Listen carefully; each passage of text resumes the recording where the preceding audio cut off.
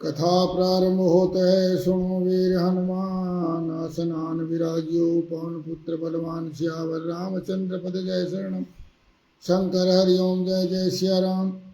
मंगल भवन मंगल हारी उमा सहित जय जगत पुरारी। जय सिया राम जय जय सिया राम जय सिया राम जय जय सिया राम। तो परसों की कथा में हमने कल कथा लाइव नहीं हो पाई। परसों की कथा में हमने सुना कि पार्वती माता ने भगवान रामचंद्र जी की परीक्षा ली और उसके पश्चात वो कहने लगे कि आप भगवान शंकर के पूजनीय कैसे हैं, तो ये बताइए।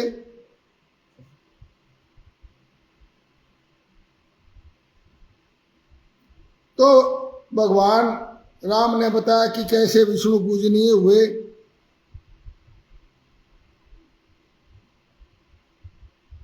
और फिर कैसे विष्णु के अवतार हुए, कैसे ब्रह्मा विष्णु महेश तीनों रुद्र के अंश हैं। और फिर जगत के पालन के लिए बताया कि विष्णु मुझ विष्णु, राम जी ने कहा कि मैं तो मैंने विष्णु जो जिसका की अवतार अब राम के रूप में मैंने लिया है, संसार का पालन और दुष्टों का, राक्षसों का से धरती को पाप मुक्त करने के लिए, छुड़ाने के लिए बार बार असुर पैदा होंगे, उनका संहार करने के लिए मैं बार बार अवतार लूंगा। इस समय मैंने 4 अंशों में अवतार लिया हुआ है, चारों भाइयों के नाम बताते हुए। और इस समय लीला विचरण करते हुए किसी निशाचर ने मेरी पत्नी का हरण कर लिया है, सीता का। अब आपके दर्शन हो गए तो मुझे ये संकेत मिल गया है, देखिए प्रभु की लीला कि संकेत मिल गया है कि अब सीता की मुझे शुद्ध मिल जाएगी। हर हर महादेव। आज मेरा सौभाग्य है जो आप दोनों ने, भगवान शिव और पार्वती दोनों के लिए कह रहे हैं, आप दोनों ने मुझ पर कृपा की और आप दयालु हुए। आपका प्रत्यक्ष दर्शन हुआ। महादेव जी ने मुझे, महादेव जी भी आए हुए हैं, आपने बताया है। तो इस प्रकार बहुत सी बातें कह करके कल्याणमयी सती देवी को प्रणाम करके रघुकुल शिरोमणि श्री राम उनकी आज्ञा से उस वन में विचरने लगे। कुंडली दादी जी हर हर महादेव। मोनू शर्मा जी नारायण हरि नारायण हरि।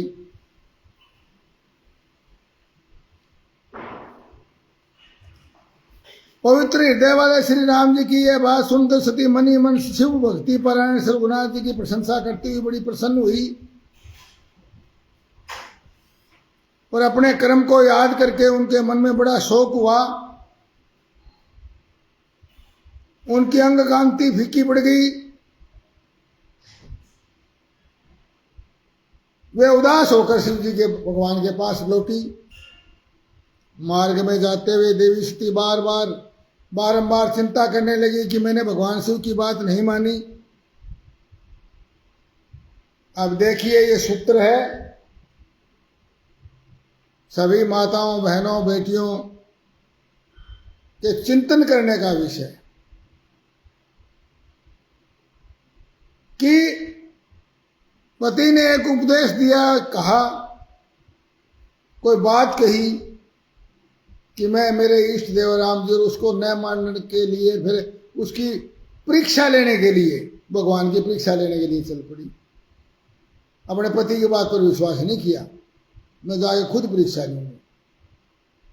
आपको तो जानकारी नहीं, इसका मतलब यही हुआ ना। तो ऐसे उसका क्या परिणाम निकलता है, देखिए ये सूत्र है यहाँ।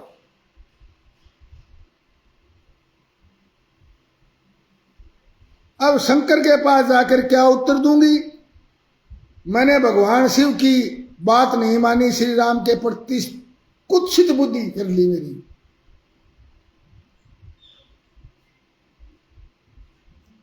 इस प्रकार बारंबार विचार करके उन्हें उसमें बड़ा पश्चाताप हुआ। शिव के समीप जाकर सती ने मन ही मन प्रणाम किया। उसके मुख पर विषाद छा रहा था। वे शोक से व्याकुल निस्तेज हो गई थी। संतोष भारद्वाज जी उकलाना में कथा को से जुड़ी है। आज उकलाना है। आप प्रभु रमन प्रभु की कृपा से उकलाना में विराजमान है आज, इसलिए कथा से जुड़ गई है। प्रत्यक्ष तो नहीं परंतु लाइव से जुड़ करके। हर हर महादेव। भगवान शिव आप पर कृपा करे।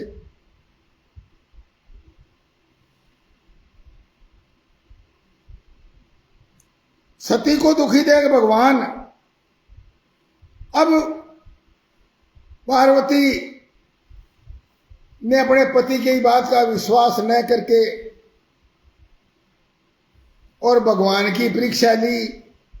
और वो भी जिस राम को शिवजी भगवान अपना पूजनीय मानते हैं और सीता को अपनी माता मानते हैं,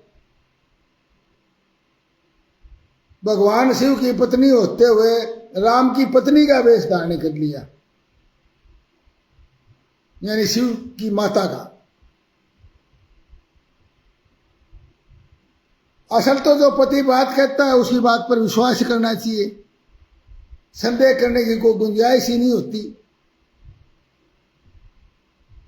पति को परमेश्वर माना गया है। यहां तो स्वयं परमेश्वर है ही शिव। तो ये हरेक की ही स्त्री के लिए है ये कथाएं। बात नहीं मानी ना, मैं जाके परीक्षा लूंगी खुद। यानी भगवान शंकर से अपने आप को अपने पति से ऊपर ही समझने लगी। इसको तो कोई जाए नहीं तो बावला है, फिर जटा बढ़ाए। जाके परीक्षा ली, देखिए उसका फल। अब थर थर कांप रही है, मन में विषाद हो गया।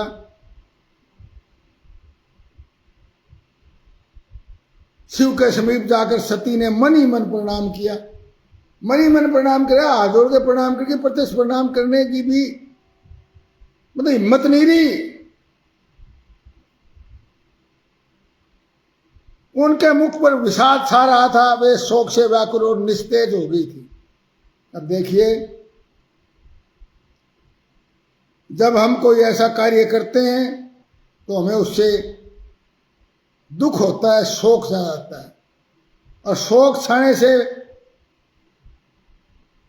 मनुष्य के शरीर में पहले व्याकुलता आएगी, मन में व्याकुलता आएगी, और फिर जो चेहरे का तेज है वो फीका पड़ जाएगा, वो नजर नहीं मिला सकते फिर दूसरे से। सती को दुखी देखकर भगवान हर ने उसका कुशल समाचार पूछा। कि भगवान तो देख ही रहे थे, उनको तो वो तो तीनों लोकों में देखते हैं, उनको तो पता लग ही गया इसने क्या किया है। पर तो फिर भी भगवान ने हर ने दुखी देख करके कुशल समाचार पूछा और कहा तुमने किस प्रकार परीक्षा ली। हालांकि भगवान को पता है, परंतु फिर भी उससे पूछना चाहते किस बार परीक्षा ली। उनकी बात सुनकर सती मस्तक झुकाए उनके पास खड़ी होगी। उनका मन शोक और विषाद में डूबा हुआ था। भगवान महेश्वर ने ध्यान लगाकर सती का सारा चरित्र जान लिया और सती ने बोल के ये भी नहीं बताया कि मैंने ये किया। चलो ये कह कि वो कोई क्षमा प्रार्थी के लिए चुप रहेगी, परंतु भगवान शंकर ने सारा देख लिया। ओहो, इन्होंने तो सीता का रूप धारण कर लिया और मेरी माता का रूप में धारण कर लिया। तो एक बार माता का रूप धारण कर लिया तो माता ही होगी, इसलिए पत्नी रूप में उसका त्याग कर दिया। हर हर महादेव। इतना कठोर निर्णय भगवान महादेव ही कर सकते हैं। वेद धर्म का प्रतिपालन करने वाला परमेश्वर शिव ने अपने पहले की हुई प्रतिज्ञा को नष्ट नहीं होने दिया, क्योंकि विवाह करते वक्त कहा था कि जिस दिन मेरी बात नहीं मानेगी उस दिन मैं त्याग कर दूंगा।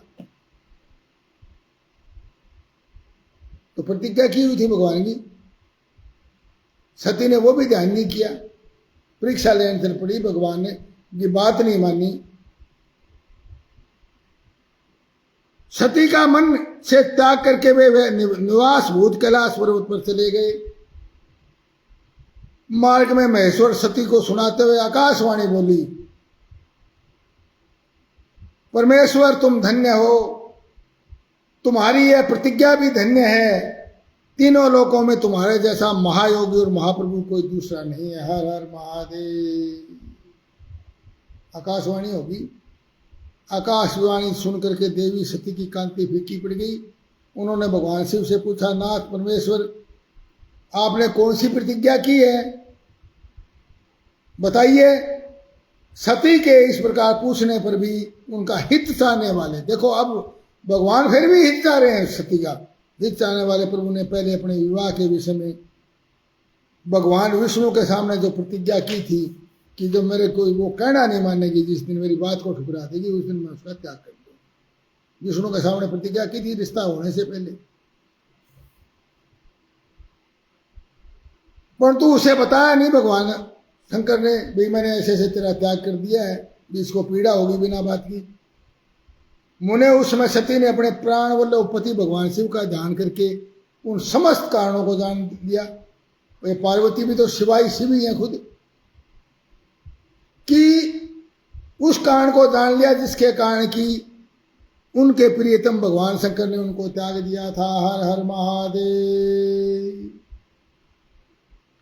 और शंभु ने मेरा त्याग कर दिया, इस बात को जानकर दक्ष कन्या सती अत्यंत शीघ्र ही अत्यंत शोक में डूब गई और बार बार सिसकने लगी। नारायण हरि नारायण। सती के मनोभाव को जानकर शिव ने उनके लिए जो प्रतिज्ञा की थी उसे गुप्त ही रखा और वे दूसरी और प्रकार की बहुत सी कथाएं कहने लगे। हर हर महादेव। देखिए अब ये सूत्र है,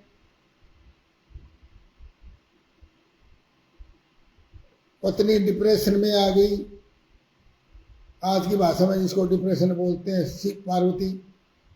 भगवान शंकर उसको कारण में बता करके अन्य अन्य कथाएं कहने लगे, उसका ध्यान बटाने के लिए भी किसी तरह इसका ध्यान बटते हैं। नाना प्रकार की कथा कहते हुए सती के साथ कैलाश पर्वत जा पहुंचे और श्रेष्ठ आसन पर स्थित होकर के चित्तवृत्तियों के निरोध स्वरूप समाधि लगा करके अपने स्वरूप का ध्यान करने लगे। बिल्कुल निर्विकल्प हो गए और सती मन में अत्यंत विषाद ले अपने उस धाम में रहने लगी। उन्होंने तो अखंड समाधि लगा दी भगवान शंकर ने। तो मुने शिवा और शिव के उस महान चरित्र को कोई और नहीं जानता था और किसी को तो जानकारी नहीं इस बात की क्या हुआ है। महामुने स्वेच्छा से श्री धारण करके लोक लीला का अनुकर्षण करने वाले इन दोनों प्रभुओं का इस प्रकार, अब देखिए यहां पर शिव और पार्वती दोनों को प्रभु कहा गया है, यानी अलग नहीं है पार्वती। अर्धनारीश्वर इसीलिए बोला गया भगवान को, आधा शरीर आधा अंग ही उनका नारी है। तो दोनों प्रभुओं का इस प्रकार वहां रहते हुए काफी समय बीत गया। तत्पश्चात उत्तम लीला करने वाले महादेव जी ने ध्यान तोड़ा। यह जानकर कि जगदम्बा स्त्री वहां आई और उन्होंने व्यथित हृदय से शिव के चरणों में प्रणाम किया। जैसे शिव पार्वती ने देखा कि भगवान ने ध्यान समाधि तोड़ दी अपनी, तब जानकर जगदम्बा सती वहां आई और उन्होंने व्यथित हृदय से शिव के चरणों में प्रणाम किया। उदय अर्चेता शंभु ने उन्हें अपने सामने बैठने के लिए आसन दिया। अब देखिए यहां भी सूत्र है, हर हर महादेव। पत्नी को आसन कहां दिया जाता है?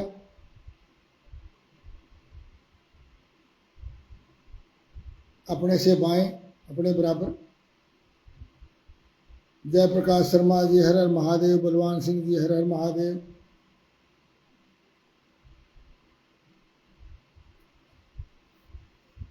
आसन दिया सामने। सामने हम किसको बिठाते हैं? भगत को, या अपने को पूजनीय है, बड़ा है। अब माता का रूप धारण कर लिया मान लो सती ने, तो पत्नी का तो रूप रहा ही नहीं ना, इसलिए बराबर की बजाय सामने आसन दिया। अनेक प्रकार की बड़े प्रेम से निर्विकार होकर के भगवान शंकर ने और बहुत सी अच्छी अच्छी कथाएं कही। उन्होंने वैसी ही लीला करके सती के शोक को तत्काल दूर कर दिया। सती का शोक दूर हो गया कथाओं के सही, वे पूर्ववत सुखी हो गई। फिर भी शिव ने अपनी प्रतिज्ञा को नहीं तोड़ा। और परमेश्वर शिव के विषय में यह कोई आश्चर्य की बात नहीं सुननी चाहिए।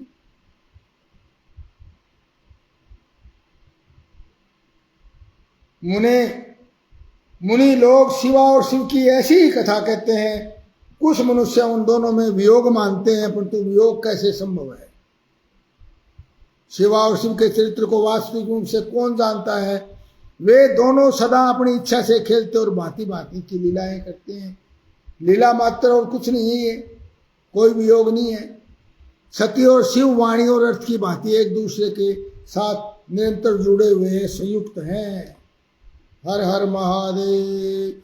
बोलिए अर्धनारीश्वर भगवान महादेव की जय। उन दोनों में वियोग होना असंभव है। शरीर से शरीर अलग कैसे हो जाएगा? एक ही शरीर है। उनकी इच्छा से ही उनमें लीला वियोग हो सकता है। सिर्फ उनकी इच्छा हो तो मन में वियोग हो सकता है। ब्रह्मा जी कहते हैं, नारद पूर्व काल में समस्त महात्मा मुनि प्रयाग में एकत्रित हुए। वहां सब महात्माओं ने एक बहुत बड़ा यज्ञ हुआ। उसमें सनकादिक सिद्धगण देव ऋषि प्रजापति देवता ब्रह्म का साक्षात करने वाले ज्ञानी पधारे। और मैं भी मूर्तिमान महातेजस्वी निगमागमों से युक्त हो सह परिवार वहां गया। ब्रह्मा जी कहते हैं नारद को, अनेक प्रकार के उत्सवों के साथ वहां विचित्र समाज जुटा था। नाना शास्त्रों के संबंध में ज्ञान चर्चा और विवाद हो रहे थे। मुने उस अवसर पर सती और पार्षदों के साथ त्रिलोक हितकारी सृष्टि करता है, सबके स्वामी भगवान रुद्र भी वहां आप पूछे। भगवान शिव को आया देख करके सभी ने और मैंने भी भक्ति भाव से उन्हें प्रणाम किया और उनकी पूजा की। शिव की आज्ञा पा करके सब लोग प्रसन्नतापूर्वक यथास्थान बैठ गए। इसी बीच प्रजापतियों के पति प्रभु दक्ष, जो बड़े तेजस्वी थे और भगवान शंकर के ससुर भी थे, सती के पिता थे, वहां आए। मुझे प्रणाम करके वो मेरी आज्ञा से वहां बैठे। दक्ष उन दिनों समस्त ब्रह्मांड के अधिपति बनाए गए थे, अतः सबके द्वारा सम्मानीय थे, परंतु अपने इस गौरवपूर्ण पद को लेकर उनके मन में बड़ा अहंकार आ गया। इसमें तुलसीदास जी ने भी कहा है रामचरितमानस में, ऐसो को उदार जग माही प्रभुता पाए जाहि मद नाही। ऐसा ही संसार में कोई भी उदार नहीं है, उदार हृदय नहीं है कि जिसको पद पा करके घमंड नहीं हुआ हो उस पद का। प्रभुता पाए जाहि मद नाही, मद यानी घमंड, और प्रभुता का मतलब पद पा करके, बड़ा पद पा करके। वे तत्व ज्ञान से शून्य थे। उस समय समस्त देव ऋषियों ने नतमस्तक होकर स्तुति और प्रणाम के द्वारा उस तेजस्वी दक्ष का आदर सत्कार किया, परंतु भगवान महेश्वर ने उसमें दक्ष को मस्तक नहीं झुकाया। वे अपने आसन पर बैठे ही रह गए, बाकी सब लोग खड़े हो गए। ब्रह्मा जी तो उनके पिता थे दक्ष के, इसलिए वो तो खड़े होने नहीं थे। महादेव जी को वहां मस्तक न झुकाते देखकर मेरे पुत्र प्रजापति दक्ष मन ही मन प्रसन्न हो गए। हर हर महादेव। उन्हें रुद्र के ऊपर बड़ा क्रोध हो गया और उस वर्ष से वो कहने लगे, ये सब देवता असुर श्रेष्ठ ब्राह्मण ऋषि मुझे विशेष रूप से मस्तक झुकाते हैं, परंतु जो प्रेतों और पिशाचों से घिरा हुआ महामनस्वी बनकर बैठा हुआ है दुष्ट मनुष्य के समान क्यों मुझे प्रणाम नहीं करता? शमशान में निवास करने वाला ये निर्लज जो मुझे इसमें प्रणाम नहीं करता, इसका क्या कारण है? क्या इसके वेदोक्त कर्म लुप्त हो गए हैं? भूतों पिशाचों से सेवित मतवाला बना फिरता है और इसके साथ रहने वाले लोग पाखंडी, दुष्ट, पापाचारी तथा ब्राह्मण को देखकर उदंडपूर्वक उसकी निंदा करने वाले होते हैं। ये स्वामी स्त्री में आसक्त रहने वाला रतिक्रम में दक्ष है, इसे मैं श्राप देने को उद्यत हुआ हूं। यह रुद्र चारों वर्णों से पृथक कुरूप है, इसलिए इसको यज्ञ से बहिष्कृत कर दिया जाए। हर हर महादेव। यज्ञ में इसको बिल्कुल नहीं बुलाया जाए। और इसलिए देवताओं के साथ ये यज्ञ में भी कोई भाग न प्राप्त कर पाए। परमा जी कहते हैं, नारतक्ष की कही ये बात भृगुआदि बहुत से महर्षि रुद्रदेव को दुष्ट मानकर देवताओं के साथ उनकी निंदा करने लगे। दक्ष की हम मिलाने लग गए। दक्ष की बात सुनकर नंदी को बड़ा रोष हुआ और वो दक्ष को श्राप देने के विचार से तुरंत इस प्रकार बोले, अरे महामूढ़ दुष्ट बुद्धि सठ दक्ष, तूने मेरे स्वामी महेश्वर को यज्ञ से बहिष्कृत क्यों कर दिया? जिनको स्मरण करने मात्र से सभी यज्ञ सफल और तीर्थ पवित्र हो जाते हैं, उस महादेव जी को श्राप तूने कैसे दिया? हे दुर्बुद्धि दक्ष, तूने ब्राह्मण की जाति की चपलता से प्रेरित हो इस रुद्रदेव को व्यर्थ ही श्राप दे डाला। हर हर महादेव। अब देखिए यहां पर ज्ञान को उसके तंतु खोलने के लिए दक्ष कौन है? ब्राह्मण है। दक्ष प्रजापति की संतानें हैं, वो कौन है?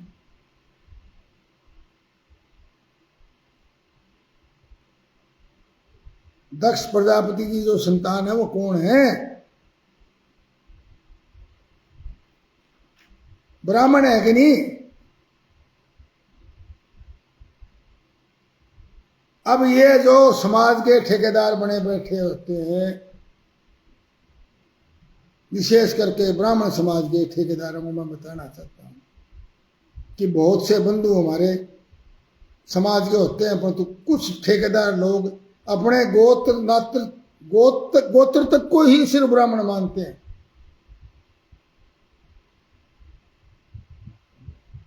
और यदि इस हिसाब से देखा जाए तो कितना बड़ा ब्राह्मण समाज है, ब्राह्मण वर्ण जिसको कहते हैं, ब्राह्मण वर्ण।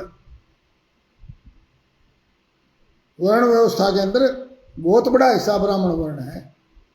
आज राजनीति के हिसाब से कोई उनको रिजर्वेशन, कोई पिछड़ा, और वो कहते वो तो एक राजनीति है, पॉलिटिक्स है, और क्या है वो। नहीं तो ये जो दक्ष की संतान है सारे, वो कौन है? ये स्पष्ट लिखा हुआ है कि दुर्बुद्धि दक्ष, तूने ब्राह्मण जाति की चपलता से प्रेरित हो इन रुद्रदेव को व्यर्थ ही श्राप दे डाला। यानी कि ब्राह्मण जो होता है वो चपल होता है, वो शीघ्रता करता है। चपलता का मतलब शीघ्रता, जल्दबाजी। महाप्रभु रुद्र सर्वथा निर्दोष है, तथापि तूने व्यर्थ ही उनका उपहास किया है। ब्राह्मणाधम जिन्होंने इस जगत की सृष्टि की, जो इसका पालन करते हैं और अंत में जिसके द्वारा इसका संहार होगा, उन्हीं उन महेश्वर रूप को तूने श्राप कैसे दे दिया? इस प्रकार फटकारने पर नंदी के प्रजापति दक्ष रोष से आग में बुला हो गए और उन्हें श्राप देते हुए बोले, रे रुद्रगणों, तुम सब लोग वेद से बहिष्कृत हो जाओ। वैदिक मार्ग से भ्रष्ट और महर्षियों द्वारा प्रतिक्त हो पाखंडवाद में लग जाओ और शिष्टाचार से दूर रहो। सिर पर जटा और शरीर में भस्म हड्डियों के आभूषण धारण करके उनके मद्यपान में आसक्त रहो। वाम मार्गी हो तुम। इस विषय में मतभेद हो सकता है कि दक्ष ने गलत किया, इसमें कोई शक नहीं। तो दक्ष ब्राह्मण है, यदि जन्म से ब्राह्मण के हिसाब से लगा के चले, जो आज कल अलग अलग जातियों के सम्मेलन होते हैं, अलग अलग उनकी यूनियनें बनी होती है, फलानी सभा, फलानी जाति की सभा, ब्राह्मण सभा भी बहुत तरह की अलग अलग ब्राह्मण सभाएं, तो आज की परिस्थितियों में वो लोग थे, अनुसूचित में भी आ रहे हैं बहुत ऐसे ब्राह्मण वर्ण के लोग। ये शूद्र और अनुसूचित अलग अलग चीज है। अनुसूचित का मतलब राजनीति है, शूद्र का मतलब सेवा कार्य करने वाले, समाज की सेवा करते हैं विभिन्न रूप में। बहुत बड़ा वर्ग है, और वो न हो तो समाज चले ही ना। सेवा कार्य का क्षेत्र भी बहुत बड़ा है।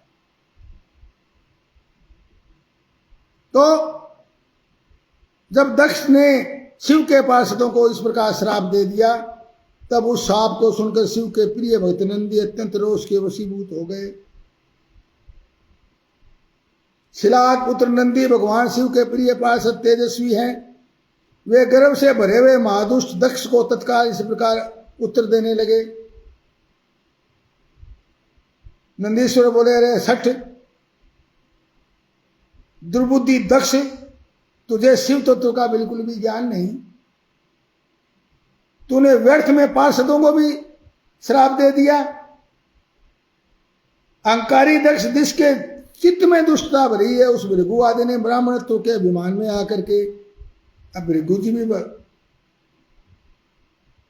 भृगु जी कौन है? ब्राह्मण है। भृगु जी से भार्गव जो उनकी संतान पैदा हुई, भार्गव लोग कौन है?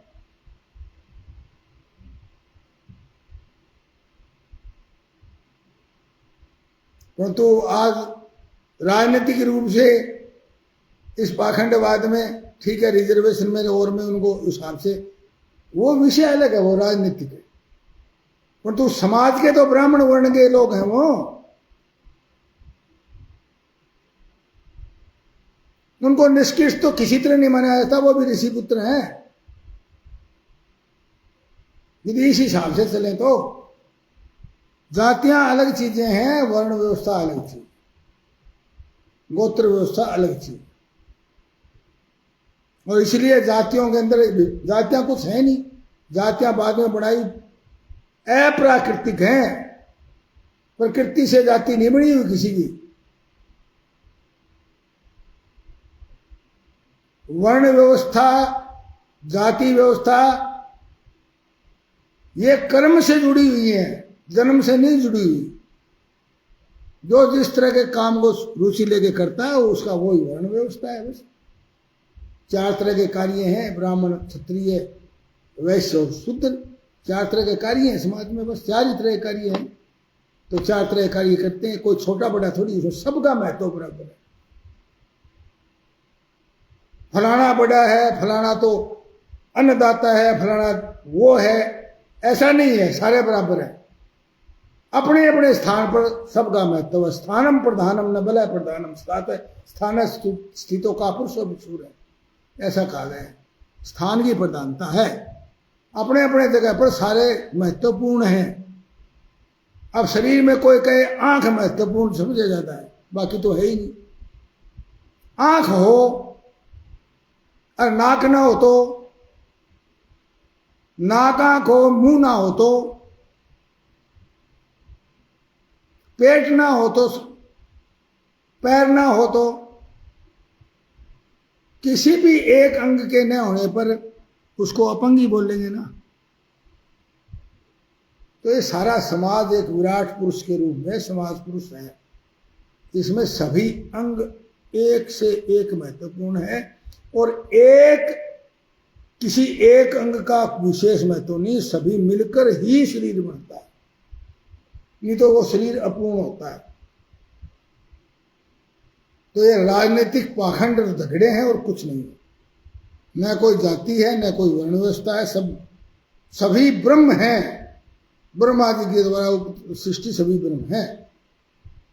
चींटी से लेकर के, मनुष्य की तो बात छोड़ो, चींटी से लेके हाथी तक। हर हर महादेव। नंदीश्वर बोले, अरे सठ दुर्बुद्धि दक्ष, तुझे शिव के तत्व का बिल्कुल ज्ञान नहीं। तूने ब्राह्मणत्व के अभिमान में भृगु को कहा, भृगु आदि और भी थे उन्होंने दक्ष का अनुमोदन किया था। अतः यहां जो तूने ब्राह्मणत्व के अभिमान में आकर के महाप्रभु महेश्वर का उपवास किया है। हम ब्राह्मण है, सर्वश्रेष्ठ कर्म, ब्राह्मण के घर जन्म हो गया और व्यवहार तुम्हारा है ही नहीं, तो तुम तो सिर्फ ब्राह्मण से घर के जन्म ले लिया, इससे अपने आप को अभिमानी बड़ा समझने श्रेष्ठ आदमी कर्म से होता है। यहाँ इसका अर्थ ये भी है, ब्राह्मणत्व के अभिमान में आकर के महाप्रभु महेश्वर का मजाक किया है, उपहास किया है। यहाँ जो भगवान रुद्र से विमुख हुआ, तुझ जैसे दुष्ट ब्राह्मण यहाँ पर विद्यमान है, उनको मैं रुद्र तेज के प्रभाव से श्राप दे रहा हूं। तू जैसे ब्राह्मण कर्म फल के प्रशंसक वेदवाद में फंस करके वेद तत्व ज्ञान से शून्य हो जाएं। हर हर महादेव। वे ब्राह्मण सदा भोगों में तन्मय रह करके स्वर्ग को ही सबसे बड़ा पुरुषार्थ मानते हुए स्वर्ग से बढ़कर दूसरी कोई वस्तु नहीं, ऐसा कहते रहे। ये श्राप देखो अब यहां मिला है। तथा क्रोध, लोभ और मद से युक्त हो निर्लुज भिक्षुक बने रहो, मांगियो और खाइयो। यहां ये मिला है श्राप। कितने ही ब्राह्मण वेद मार्ग को सामने रखकर शूद्रों का यज्ञ कराने वाले दरिद्र होंगे, सदा दान लेने में ही लगे रहेंगे। अब ये देखिए, यहां दान लेने को सबसे नीचा कर्म बताया गया है।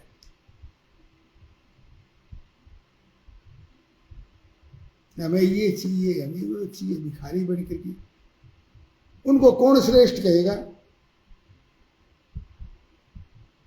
श्रेष्ठ त्याग से बनता है, ज्ञान से बनता है, वैराग्य से बनता है। जिसने जितना त्याग किया है वही पूजनीय हुआ है। सिर्फ अपने पेट भरने वाले को कोई पूजा नहीं करता, वो भिखारी है। शूद्रों का यज्ञ कराने वाले और दरिद्र होंगे, सदा दान देने में ही लगे रहेंगे। दूषित दान ग्रहण करने से के कारण वे सब के सब नरकामी होंगे। अब दोनों चीजें यहाँ, उनसे और तो कोई यज्ञ कराएगा नहीं। शूद्र को कहा गया, शूद्र को यज्ञ करने की जरूरत नहीं है, अपने सेवा कार्य को निष्ठा से करो। किसी वेद मंत्र बोलने की नहीं, सबसे श्रेष्ठ कार्य सेवा कार्य ही अपने आप में बहुत बड़ा यज्ञ है। और तू वो भी अपने वर्ण धर्म से अलग होकर के ऐसे ऐसे पाखंडियों से यज्ञ करवाएंगे, हरिये किलुआ करेंगे, दूषित दान ग्रहण करने में लगे रहेंगे और वे सब के सब नरकगामी होंगे। हर हर महादेव। अब ये दान लेने वाले और देख लीजिए, जो अपने पेट के लिए दान ली हुई चीज से अपना पेट भरते हैं, दान ले करके उसको आगे दान करना, ये प्रावधान था। दान लेना और दान देना, उस दान से अपना पेट नहीं भरना, कहीं नहीं लिखा हुआ ब्राह्मण का। अपना पेट भरने के लिए अलग परिश्रम है, वो विधि भागवत पुराण में आई थी। वो सबके सब नरकगामी होंगे। दक्ष, उनमें से कुछ ब्राह्मण तो ब्रह्म राक्षस भी होंगे। आलिए राक्षस कहां से बने? रावण जो है बोला वो ब्राह्मण था, तो ब्रह्म राक्षस था, ब्राह्मण कहां था? कर्म गलत करे ना। जो परमेश्वर शिव को सामान्य देवता समझकर उनसे द्रोह करता है, वह दुष्ट बुद्धि वाला प्रजापति दक्ष तत्व ज्ञान से विमुख हो जाए। हर हर महादेव। अब दक्ष को भी यहां श्राप मिल गया कि तत्व ज्ञान से विमुख हो जाएगा तुम। यह विषय सुख की इच्छा से कामना रूपी कपट से युक्त धर्म वाले गृहस्थाश्रम में आसक्त रहकर कर्म कांड का और कर्म फल की प्रशंसा करने वाले सनातन वेदवाद का ही विस्तार करता रहे। सिर्फ इसी का आनंददायी मुख नष्ट हो जाए, इसका ये आनंददायी मुख नष्ट हो जाए और ये आत्मज्ञान को भूलकर पशु के समान हो जाए तथा दक्ष कर्म भ्रष्ट हो, शीघ्र ही बकरे के मुख से युक्त हो जाए। बकरा मैं करता है, बकरे के मुख से युक्त हो जाए। श्राप दे दिया नंदी ने। इस प्रकार कुपित हुए नंदी ने जब ब्राह्मण और दक्ष ने महादेव जी को श्राप दिया, तब वहां पर महान हाहाकार मच गया। नारद, मैं वेदों का प्रतिपादित होने के कारण, प्रतिपादक होने के कारण शिव तत्व को जानता हूं, इसलिए दक्ष का वह श्राप सुनकर मैंने बार बार उनकी और भृगु आदि ब्राह्मणों की भी मैंने निंदा की। ब्रह्मा जी कह रहे हैं मैंने उनकी बहुत निंदा की। और सदाशिव महादेव भी नंदी की यह बात सुनकर हंसते हुए अपनी मधुर वाणी में नंदी को समझाने लगे। भगवान सदाशिव फिर भी नंदी को समझाने लगे, नंदी मेरी बात सुनो, तुम परम ज्ञानी हो, क्रोध नहीं करना चाहिए। तुमने भ्रम से समझकर ये मुझे श्राप दिया गया है, व्यर्थ ही ब्राह्मण कुल को श्राप दे डाला। मेरे को कोई श्राप लगता ही नहीं है, तूने भ्रम आकर के इन ब्राह्मणों को व्यर्थ में श्राप दे दिया। वास्तव में मुझे किसी का श्राप छू ही नहीं सकता, अतः तुम उद्देजित नहीं होना चाहिए था। रोषवश तुम उन्हें श्राप मत दो। किसी की बुद्धि कितनी दूषित क्यों न हो, वह कभी वेदों को श्राप नहीं देता। ब्राह्मण वेदों का रूप है। इस समय मुझे श्राप नहीं मिला है, इस बात को तुम ठीक ठीक समझना चाहिए। तुम सनकादिक सिद्धों को भी तत्वज्ञान का उपदेश देने वाला होता है, शांत हो जाओ।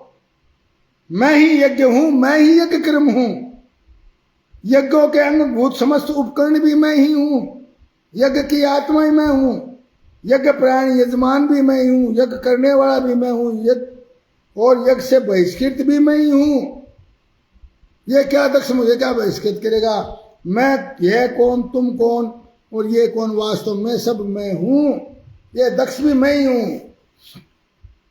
तुम अपनी बुद्धि से विचार करो, इन ब्राह्मणों को व्यर्थ ही श्राप दिया है। ये महावते निंदिन, तुम क्रोध से आदि से शून्य हो जाओ।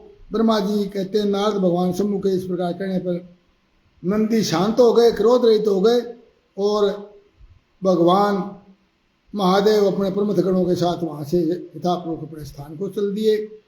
और इधर रोष वे से युक्त दक्ष भी ब्राह्मण से गिरे हुए अपने स्थान को लौट गए, परंतु उनका चित्त शिवद्रोह में ही तत्पर था। अब वो शिवद्रोही हो गए, तो क्योंकि भगवान की लीला थी, भगवान ऐसा करवाना चाहते थे, दक्ष का दोष नहीं इसमें। और दक्ष हमेशा रोष से भरे रहते थे। इस प्रकार शंभु के साथ दुर्व्यवहार करके दक्ष ने अपनी जिस दुष्ट बुद्धि का परिचय दिया वो मैंने तुम्हें बता दी है। कथा समाप्त होते है, सुनो वीर हनुमान। शिव पुराण शिवलोक में आप करो विश्राम, सियावर रामचंद्र पद जय, शरणम शंकर हरिओम जय जय सिया राम। हर हर महादेव।